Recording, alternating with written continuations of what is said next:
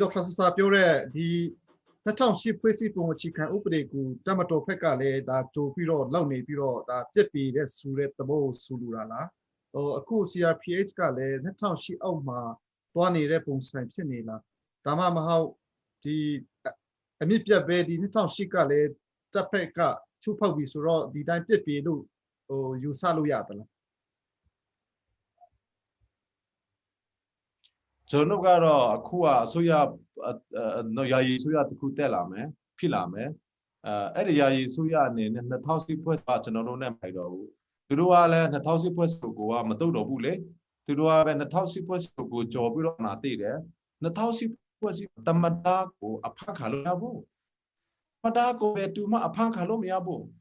ဒါဘာဖြစ်လို့သူတို့ရေးတာပဲမဟုတ်ဘူးလားဒါပေမဲ့သူတို့က2010ဖွဲ့စကိုရေးတဲ့အချိန်မှာနှစ်ပေါင်း20ကြာတယ်သူကတေချာတမတော်က25ရာခိုင်နှုန်းမှနေရယူမယ်တမတော်ကအဲ့လိုတိုက်ဆွဲဆိုင်သူတို့နဲ့အမေမဟာမေဖွဲ့မယ်တမတော်ပဲအမေကတမတာဖြစ်မယ်ဆိုတဲ့စိတ်ကူးရည်နဲ့သူတို့ကဒီဖွဲ့စည်းပုံကိုလှုပ်ထားတာဖြစ်နေဒါပေမဲ့လည်းအခုကတမတော်ကသူတို့မျိုးလေးထတယ်လို့မဖြစ်တဲ့အခါကျတော့သူတို့ကပဲအဲ့ဒီဖွဲ့စည်းပုံပြဖြတ်စီးပြီးတော့အတုမပြုတ်ပဲနဲ့ဖွဲ့စည်းပုံကိုကြော်ပြီးတော့သူတို့ကဖွဲ့စည်းပုံအပေါ်မှာနေပြီးတော့ဖွဲ့စည်းပုံကိုတရားဘုတ်လို့သူတို့အတုပြုတ်တယ်လေသူတို့ကြိုက်ရဆွဲသူတို့ကြိုက်ရပြေးအဲ့ဒါမရဘူးလေဒါကြောင့်မလို့ကျွန်တော်တို့ကဒီတမတော်မှာလဲကျွန်တော်တို့ကချင်းပြည်သူလူထုနဲ့တိုင်းသားတွေလည်းနားလည်ဖို့က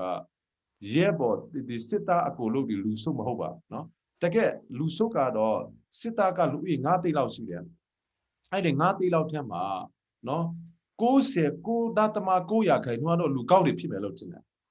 เนาะအဲ့ဒီ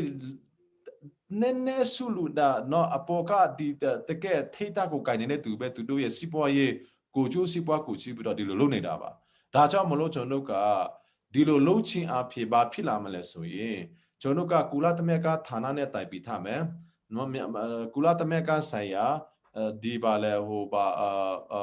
မဟာမိကြီးယုတ်ဒီကိုကျွန်တော်တို့ချိတ်ဆက်ထားမယ်အဲ့လိုနဲ့တမတော်သားတွေဟာလဲတနေ့ကျရတော့သူတို့ဟာတမတော်ကနေပြီးတော့ထွက်လို့ရတဲ့ဥစ္စာကိုကျွန်တော်ရှာပေးမှာဖြစ်နေပြည်သူရဲတွေဟာလဲကျွန်တော်တို့เนาะတစ်ဒီစီကောင်စီတရားမဝင်စီကောင်စီအောက်မှာမနေတော့ဘဲနဲ့သူတို့ဟာလဲเนาะကျွန်တော်ပြည်သူလူထုနဲ့အတူနေနိုင်မဲ့နေလားတွေကိုကမ္ဘာကုလသမဂ္ဂရဲ့အကာအကွယ်နဲ့အကူအညီကိုယူပြီးတော့ကျွန်တော်ဟာဆက်လက်ပုံဖော်ပြီးတော့လှုပ်ဆောင်သွားမှာဖြစ်ပါတယ်